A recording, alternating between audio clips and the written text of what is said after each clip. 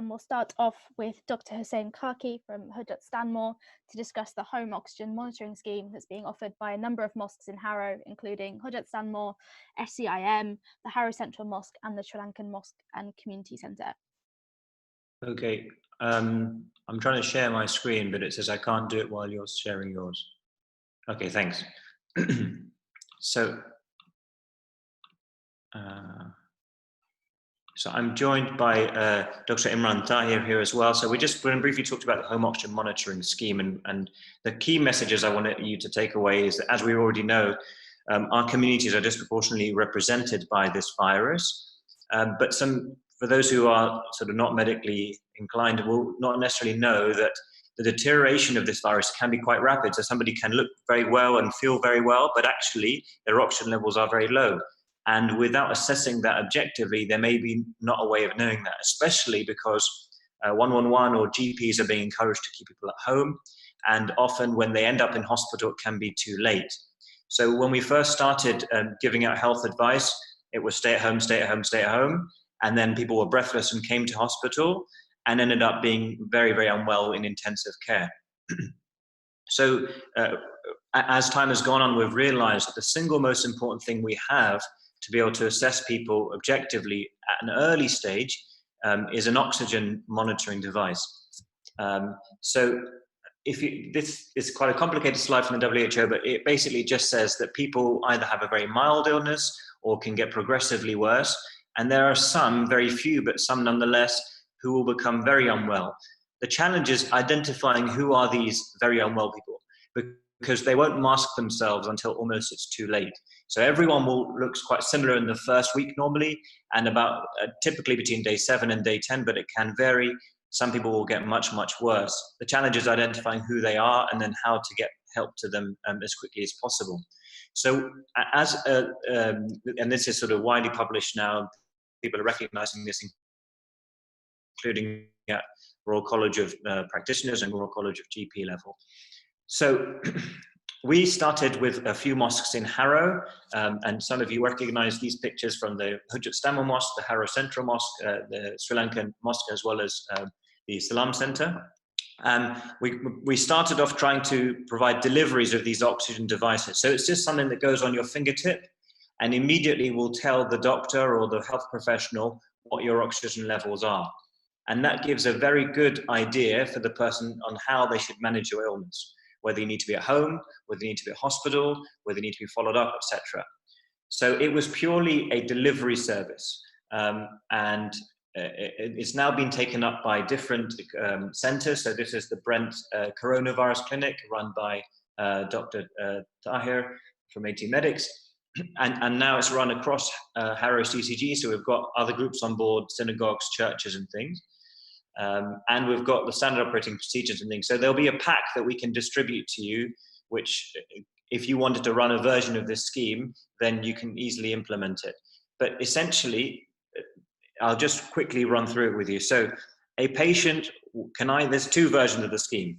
So let's talk about the community level. On a community level, you can sign up by a form on your mosque website, let's say, if you've got current COVID symptoms. And then you have a volunteer network who are mobilized to then distribute this oximeter device to a patient. That patient keeps the device typically for 3 to 7 days, and then that's safely returned either to a pharmacy or a pickup service. And then you disinfect the device and then you repurpose it. So in the SOP pack, which we can distribute, we can show you how you can disinfect those, and it can be done quite easily. We managed to get a local authority grant for about 200 of these probes and got donations for another 100. So if there are centers around the country, especially where COVID is very prevalent, then we can give you, let's say, 20 to start you off, and then you can fundraise more if you need to.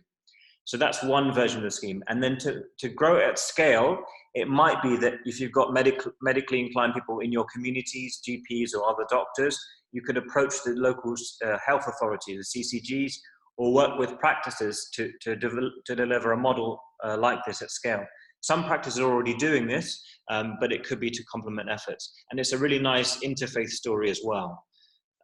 So really all the community need to provide is a volunteer that picks up this device from a location and drops it to the patient's doorstep. They're not in contact with the patient.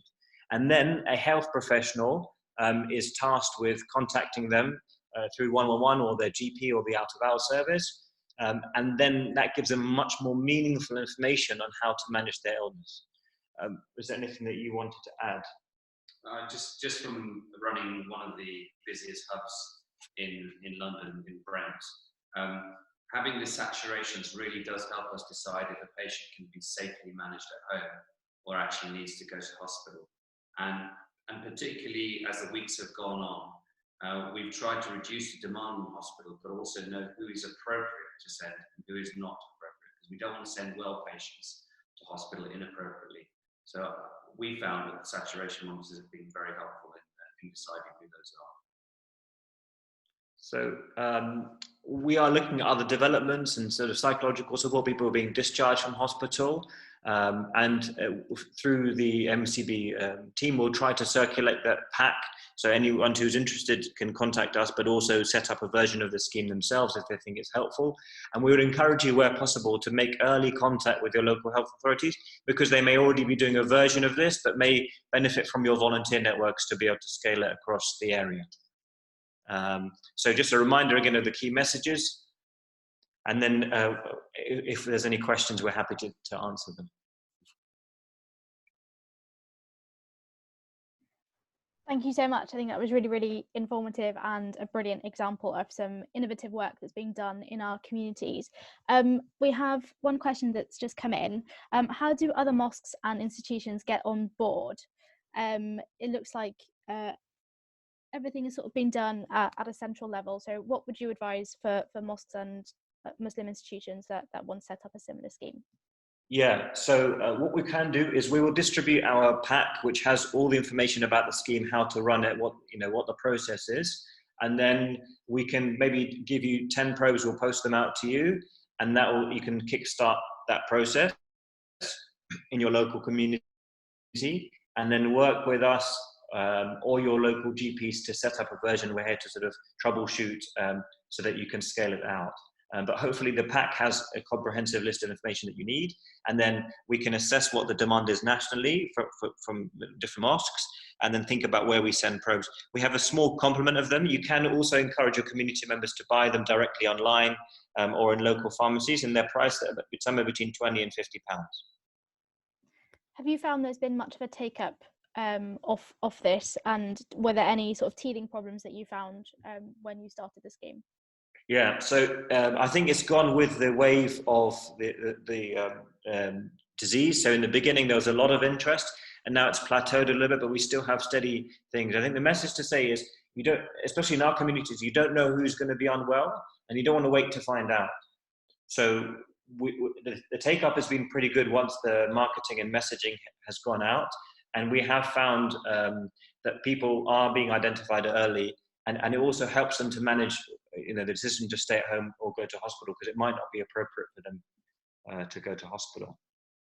Thank you. And are there different types of oximeters? Can you recommend one that's best for purchase, and are they quite self-explanatory to use? Yeah, so we would recommend one that's obviously CE marked. There's a lot of fraud going on, and please don't buy them from eBay. You should buy them from a recognized UK distributor of medical devices.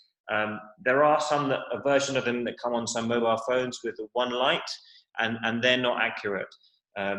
So it tends to be the ones that are sort of Chinese or from eBay that you can't really trust. But if it's an approved UK distributor that you can pick up the phone to, then that's probably okay. But in the pack, there are also some different examples of technical requirements and things.